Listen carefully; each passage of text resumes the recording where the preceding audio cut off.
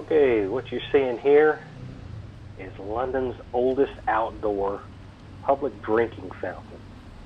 Now, this was a big deal a long time ago when you had to draw your water up from a well. So anyway, I thought that was worth mentioning. Anyway, I'm not here to see this, but it just happens to be on the corner of the church I am here to see. Now, this church is St. Sepulchre-without-Newgate. That sounds like an odd name.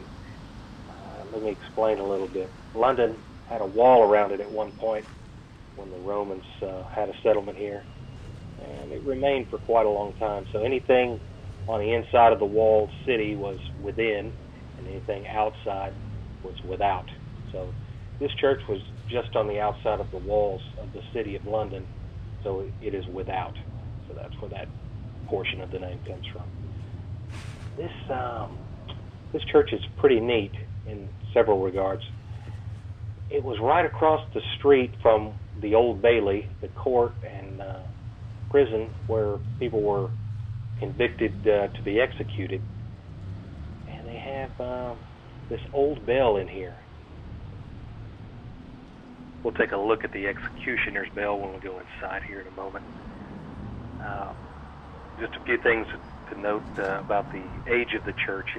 There was an original Saxon church here around 1137, and it was completely rebuilt in the 15th century, and it narrowly avoided destruction in World War II. Some of the other churches weren't so fortunate in the area. St. Dunstan in the east comes to mind. That one is actually a gutted remains of a church nearby that's been made into a public garden. But we'll go into that on this video.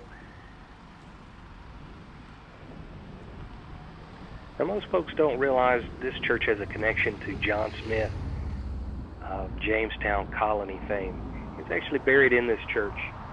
He left for the Jamestown colony in 1606, and he was injured when gunpowder went off in an explosion in 1609, and they brought him back to England. He almost died, but he survived it. He made subsequent attempts to go back, and he was successful once and was able to map out the east coast of what is now New England. Many of the areas that he named, those names still survive today. But he came back and to England, and he died in London in 1631. Now, strangely enough, while in England, he would actually meet up with Pocahontas again.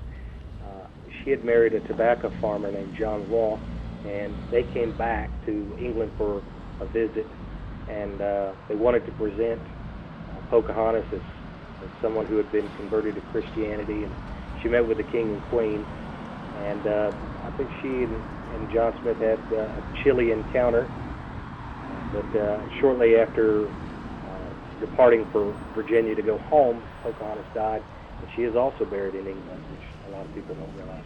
I've made a video about that if you want to see it on this channel, but I won't go into it any further here.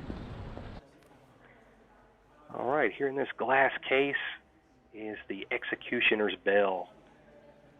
Now, this was made in 1605, so it is quite old. It was purchased for £50, according to the text on this paper, and they would ring it outside the condemned prisoner's cell the night before he was to be executed. And they also have the text of the little thing that they would say as they were ringing the bell. So in the center pane there, you will see Captain John Smith. He is presented in the stained glass window that was made in 1968. On the very bottom are the three ships that were in that group that went to form the Jamestown colony in 1606. Now, if you look towards the back of the church there, Captain Smith is actually buried underneath the floor of the church. And this has been a quick look at St. Sepulchre-without-Newgate Church in London.